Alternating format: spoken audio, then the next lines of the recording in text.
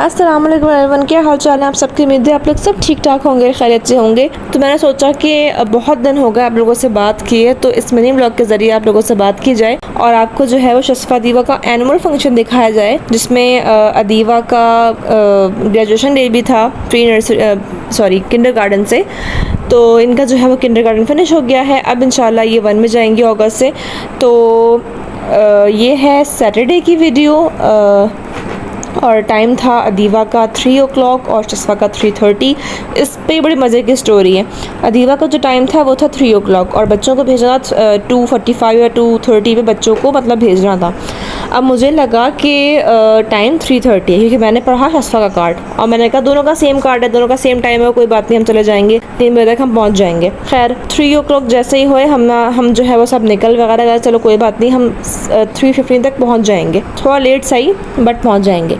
इतने में जो है वो टीचर से कॉल आती है, हम स्टेयर्स पे ही थे घर की, कि आप लोग कहाँ हैं। तो मैंने कहा कि हम लोग बस घर से निकल रहे हैं। तो कहती हैं कि आप लोग लेट हो गए हैं, आप लोग जो है वो अदीवा की ग्रेजुएशन सेरेमनी जो है मिस कर देंगे। अब मेरा तो इतना बुरा हाल कि ज़ाहिर है मेरी बच्ची की पहली एक सेरेमनी थी ग्रेजुएशन की, इसके बाद तो फिर ज़ाहिर है जब इंसान यूनिवर्सिटी वगैरह कर लेता है फिर ही मिलती होती है ग्रेजुएशन वगैरह, तो मुझको था कि मिस हो जाएगी। अदीवा को हमेशा रहेगा कि मेरी नहीं है पिक्चर जैसी, और मुझे भी हमेशा गिल्ट रहेगा कि मेरी वजह से जो है अदीवा की सेरेमनी निकल गई। तो बस हम लोगों ने कहा हम बस आ रहे हैं, किसी तरह से आप आधे घंटे 15 मिनट रोक सकती हैं सेरेमनी को, तो आप जो है उसको होल्ड कर लें, थोड़ा सा वेट कर लें। और मैंने कहा आई एम रियली सॉरी, हम पूरी कोशिश कर रहे हैं कि हम कर लें, आप कहाँ तक पहुँची। मैंने कहा मैं तो घर से निकल रही हूँ। तो खैर इस तरह होते होते बहुत प्रेशर में, बहुत टेंशन में हम लोग जो है वो जैसे ही पहुँचे हैं, थैंक्स टू टीचर के उन्होंने जो है वो इतना टेंशन दी ताकि हम जल्दी जल्दी पहुँच जाएँ।